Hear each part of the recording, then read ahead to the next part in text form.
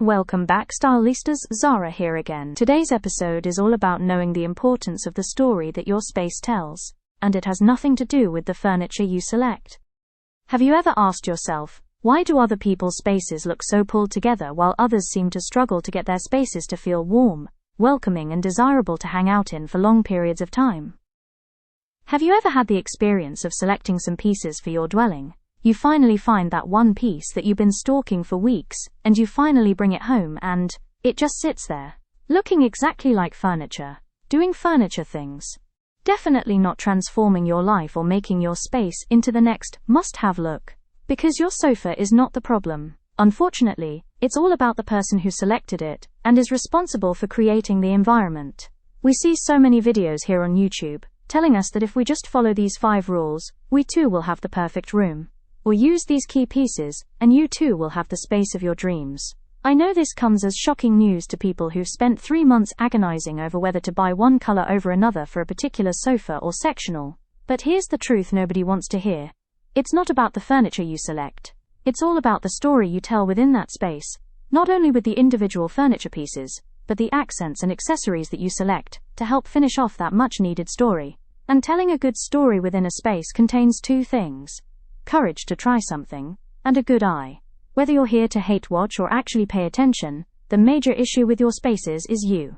Most of you are out there buying and/or copying and pasting other people's Insta vibes for interior looks, and it plays out something like this. You find an off-white sofa, possibly on sale or full-priced. The coffee table was inherited from a relative. A rug is chosen because the room needed a rug. Wall art is purchased from HomeGoods because that wall looked empty. Then the throw pillows were added because everyone has throw pillows.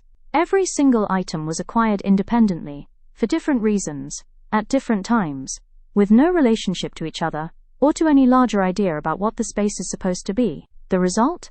A room that exists, that functions, technically, but says absolutely nothing except, a person with doubt, fear, and an inconsistent vision lives there. For many, even determining a specific design style they wish to emulate in a space can be very confusing today.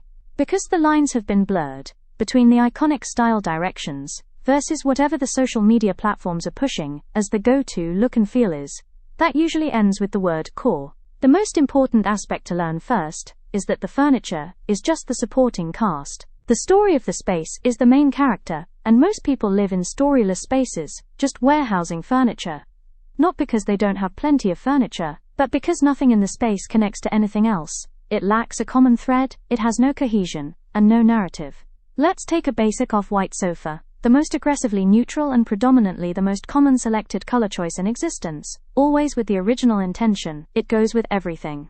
So first case scenario, the minimalist, off-white sofa, off-white walls, one piece of black and white photography, a single plant, a modern stone or concrete coffee table. The story here is, I value simplicity and restraint. I don't need much. What I have is intentional. A finely executed cold monosyllabic dwelling. Okay, now let's move on to scenario number 2. The maximalist, using the same off-white sofa. But now it's layered with velvet pillows in deep rich hues, along with a collection of faux fur throws, surrounded by patterned rugs, gallery walls, plants everywhere, books, stacked on surfaces. This story says, I love my space, it feeds my soul, my space is full because my life is full. Now for scenario number 3, the space is owned by someone that loves to travel, using the same type of cream sofa. But the coffee table is a vintage trunk found somewhere, textiles from different countries, art collected from trips, objects with history. The story is, I bring the world home with me. These things have meaning beyond decoration. Brings now the scenario number 4, the pragmatist, also selecting the sofa, but in this case selecting it primarily for the reason that the slipcovers are washable, durable everything, nothing precious. The story is, I have kids/pets/a life, and my space needs to handle reality, not a pretend life we live is only for the photo ops. All of the sofas are identical in all 4 scenarios, but the stories are completely different. We focus so hard on the main pieces for a room, that once all of the main elements are in place, you're now tired, possibly lost interest, or out of money. Focusing on individual pieces is easier than thinking about the whole story. Because those pieces are concrete, they're mandatory support. You can measure them, compare them, read reviews, make spreadsheets. There's an illusion of control. Stories of a space are abstract. They require self-awareness. You have to know who you are and how you want to live. You have to make choices that reflect something real about yourself. This can be difficult for some. Main pieces feel like progress. You bought something. You did the thing you're supposed to do, and now the room is more furnished than it was yesterday. But stories require time, patience, and being more intentional. They require a more in-depth hunt. Also, main pieces are a lower risk. You've researched and then selected, knowing that one specific sofa looks like the sofa you would like. So the real question here is, how do you bring the entire space together versus just buying stuff? If you want your space to actually mean something, instead of just being a collection of objects that coexist in the same room, here's what you need to do. Number 1. Figure out what feeling is that you're trying to tell, not what story you think you should tell. Are you someone who values calm and simplicity? Tell that story. Someone who loves color and pattern and visual interest? Or perhaps someone whose life is full of kids, pets, and mess? Tell that honestly, instead of pretending you live in a social media showroom. Number 2. Make sure every piece that you place supports that feeling and look. This doesn't mean everything has to match, it means everything has to make sense within the same narrative. If your story is cozy retreat from the world, then sleek modern furniture with sharp edges doesn't belong, even if it's beautiful and on sale.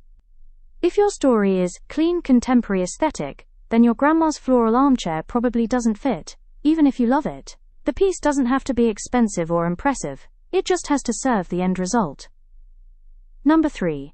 The story isn't just told by major furniture pieces. It's told by how you style surfaces, with what you hang on walls, the selection of books, and are they organized or chaotic? Do you have living plants or fake ones, or none at all? These details matter more than the couch you agonized over for 3 months. And finally, Number 4. Edit ruthlessly. If something doesn't serve the story, it doesn't belong. Even if it's functional, even if it was expensive, even if you've had it forever. A storyless space is usually just a space with too many competing narratives, or none at all. Every item is trying to tell a different story, so nothing comes through clearly. You don't need more stuff, you need fewer things that actually mean something. The freedom in story-first design will help you shift from just focusing on the pieces of furniture to seeing the broader picture. Plus, your decisions will get easier. Because you're not comparing 17 different coffee tables based on specs, you're asking, does this serve my story? Yes or no? Done. Your space feels more cohesive even with mismatched pieces. Because they're all supporting the same narrative, even if they're different styles or eras. You stop caring about what's trendy. Trends are someone else's story. You're telling your story. Your space actually reflects who you are instead of who you think you should be, or what you saw in a magazine. You can work with what you have. Story-first design isn't about buying all new furniture. It's about arranging, editing, and layering what you already own in service of a clear idea. The uncomfortable truth is that most people don't want to tell a story with their space, because telling a story requires knowing what the story is. And most people don't actually know. They look at their spaces from a functional purpose only. They don't know what they value. They don't know what their aesthetic actually is versus what they think it should be. They don't know how they want to feel in their space because they've never stopped to think about it. So they buy furniture, they follow trends. They copy what they see other people doing. They hope that acquiring enough correctly styled objects that it will eventually add up to something meaningful. It won't. Stop obsessing over individual pieces like they're going to save you. Start thinking about what you're actually trying to say with your space. What do you want people to feel when they walk in? What do you want to feel when you're there? What matters to you? Calm or energy? Simplicity or abundance? Function or beauty, or both? Figure that out first. Then the furniture selection becomes easy. Because you're not just picking a sofa, you're choosing the piece that will help support your vision. And suddenly, the decision that seemed impossible becomes obvious. Get the story right, and the space will flow. Get the furniture first, without the story, and you'll just have a room full of expensive objects that don't add up to anything. Place the words "story matters" in the comments to reaffirm you now know how to reinvent and take your space to the next level today. Those accents and what you choose to display reveals your essence, and should not be bought on weekend trips to HomeGoods. Family photos say something different than abstract art. Books on shelves say something different than books in boxes. Plants say you're willing to maintain an energy within your space. It's the layers you create with rugs, lighting, textiles, accessories, These aren't just finishing touches. They're the difference between a room that says I live here, and a room that says I bought furniture and then lost interest. The story is also told by what's missing. Minimalism tells a story, clutter tells a story, the absence of personal items tells a story, whether you intended it to or not. The furniture is always the supporting cast. You're always the main character, so create that today. So until next time, my stylistas, and because the word of the day in this video was story, repeated way too many times, so let's keep it going by leaving that word in the comments. Gail really appreciates all of the love and support with this new channel. So please, like, subscribe, and remember to leave the word story in the comments.